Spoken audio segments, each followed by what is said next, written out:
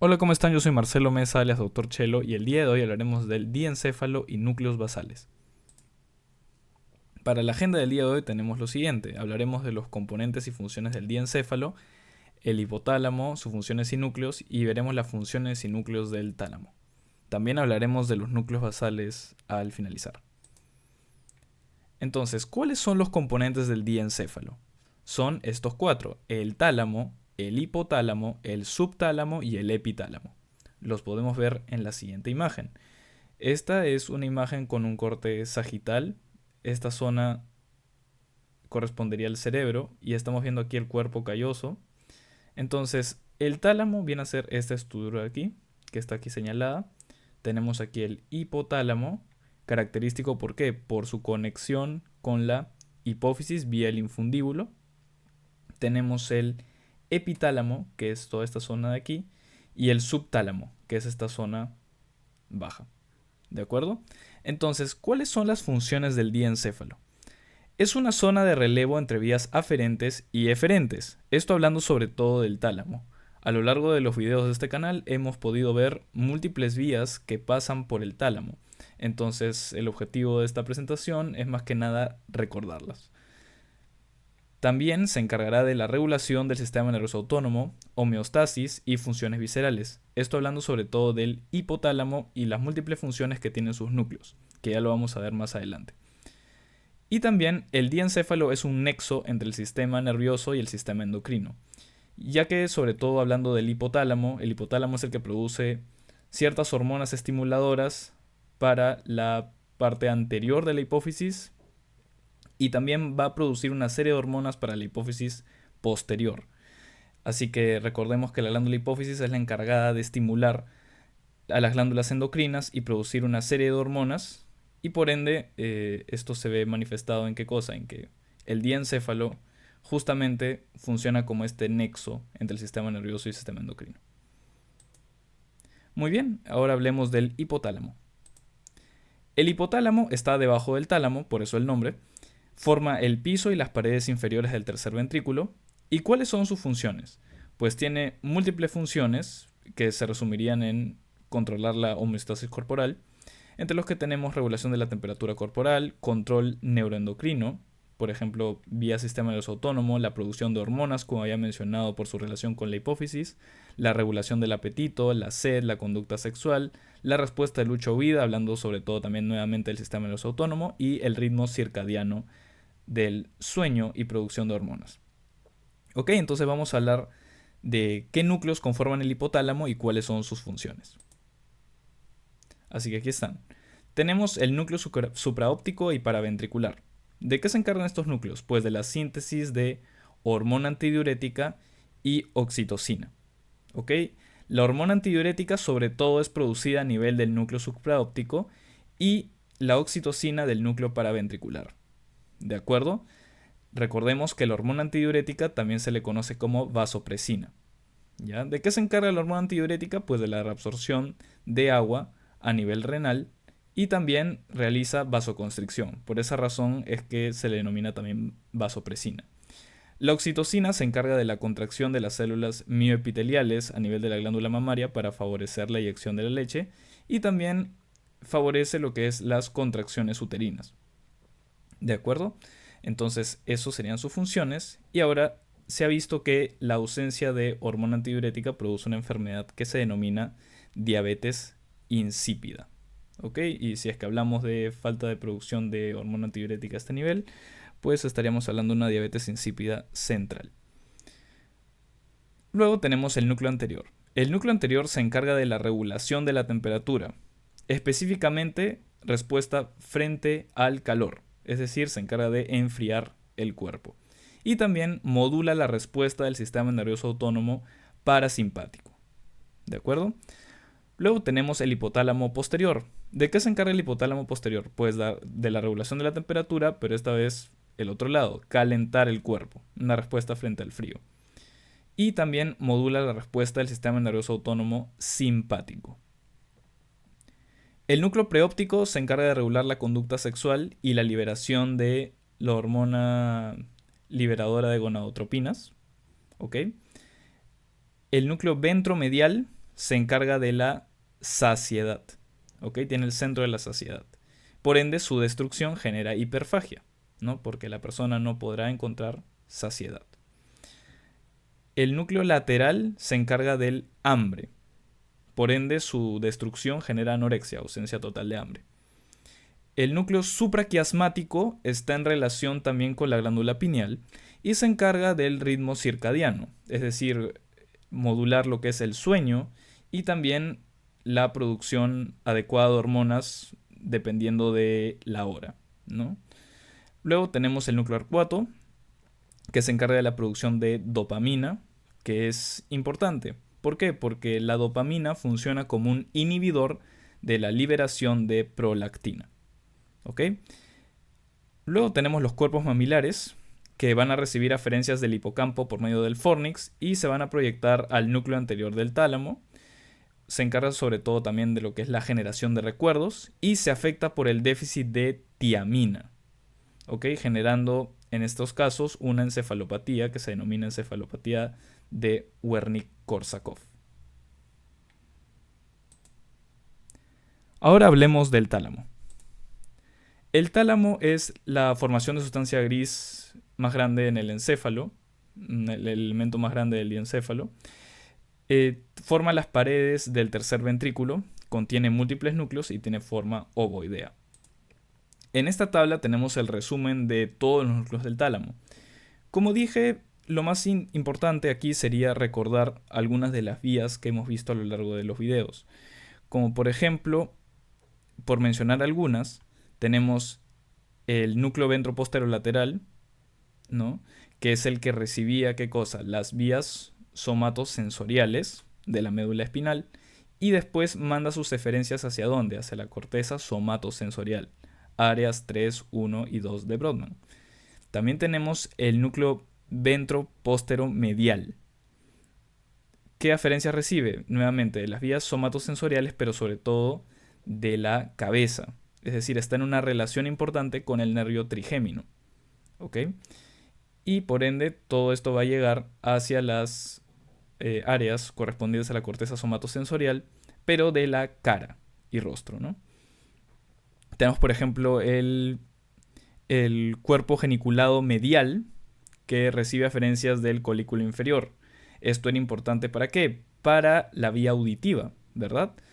La vía auditiva finalmente todo terminaba en la corteza auditiva primaria.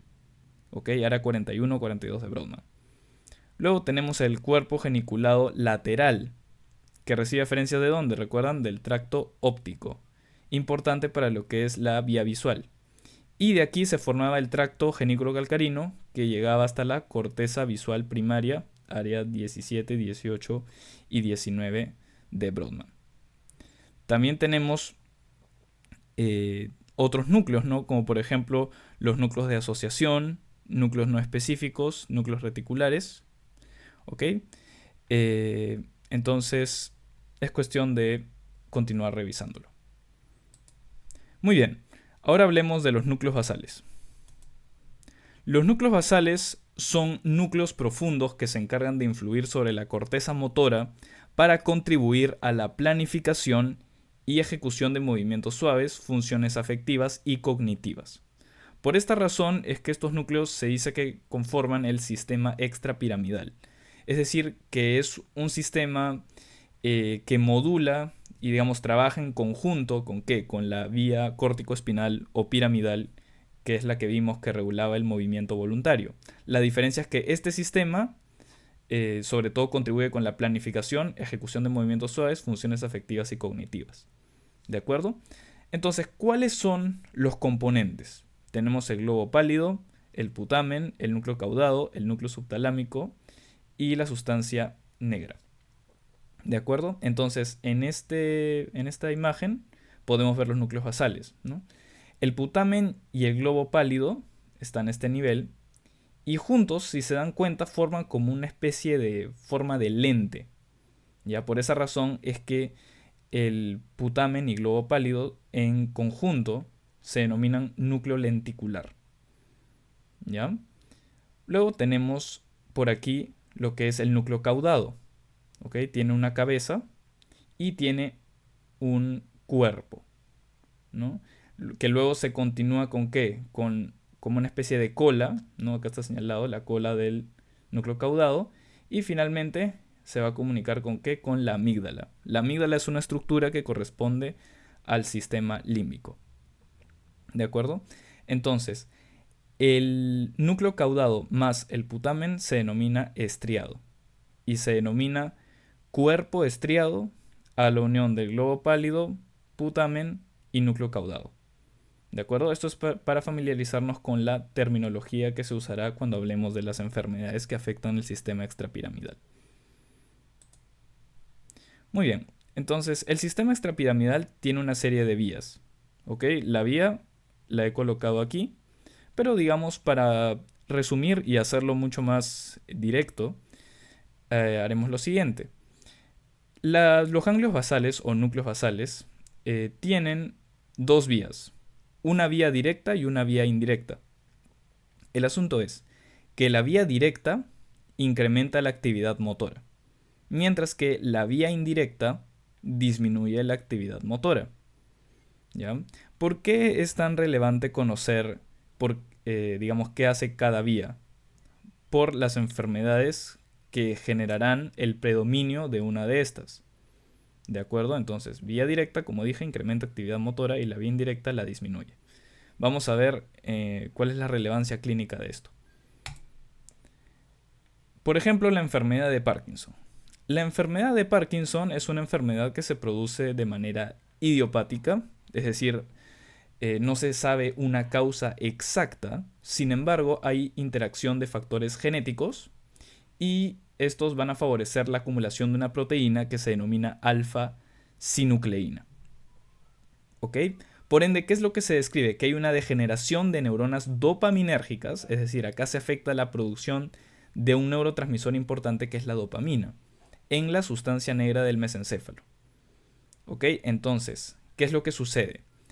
Vean aquí, esta es una imagen que muestra el mesencéfalo, específicamente la sustancia negra, y vean que en una persona sana, la sustancia negra, ¿no? se ubica aquí, acá la estamos viendo claramente, y en una persona con enfermedad de Parkinson que está perdiendo neuronas dopaminérgicas de justamente esta sustancia negra, vemos que hay una marcada diferencia, ¿no? Acá se han perdido prácticamente. Entonces, ¿cuál es el problema? Que la deficiencia de dopamina, ¿ok?, genera el predominio de la vía indirecta de los núcleos basales. ¿Y qué habíamos dicho de la vía indirecta? Pues la vía indirecta es la que no favorece el movimiento. ¿Ok? Entonces esto se ve manifestado en estas características clínicas. ¿Cuáles son? Tenemos bradicinesia o acinesia, es decir, una disminución para la velocidad de los movimientos.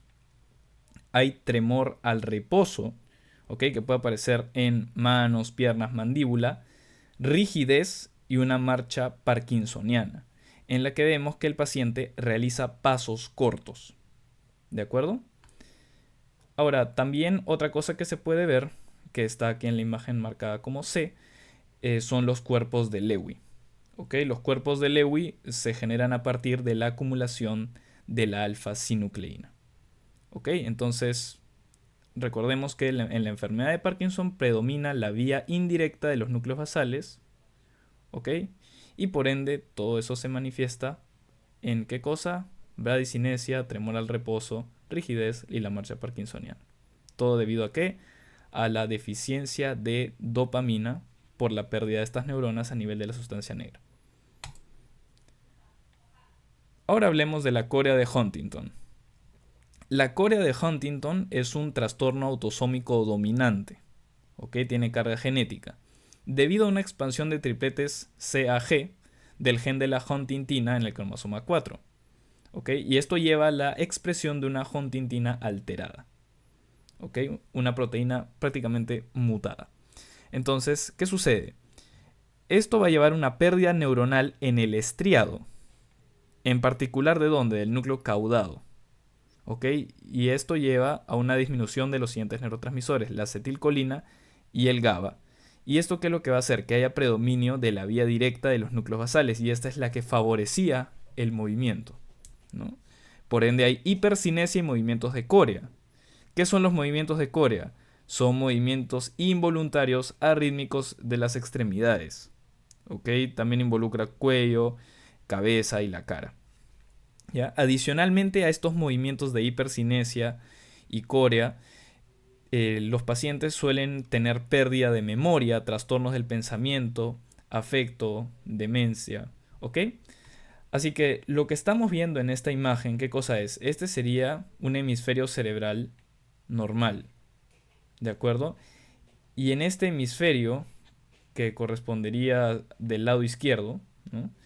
Vemos que hay una marcada atrofia del estriado. ¿Por qué? Porque hay una pérdida neuronal, porque recuerden que se está acumulando la huntingtina alterada y eso lleva a muerte celular, ¿no? Ok, muy bien. Esta es la bibliografía que consulté para la realización del video de hoy. Espero que les haya servido. Deja tu like, suscríbete y ya nos vemos en el próximo video. Muchas gracias.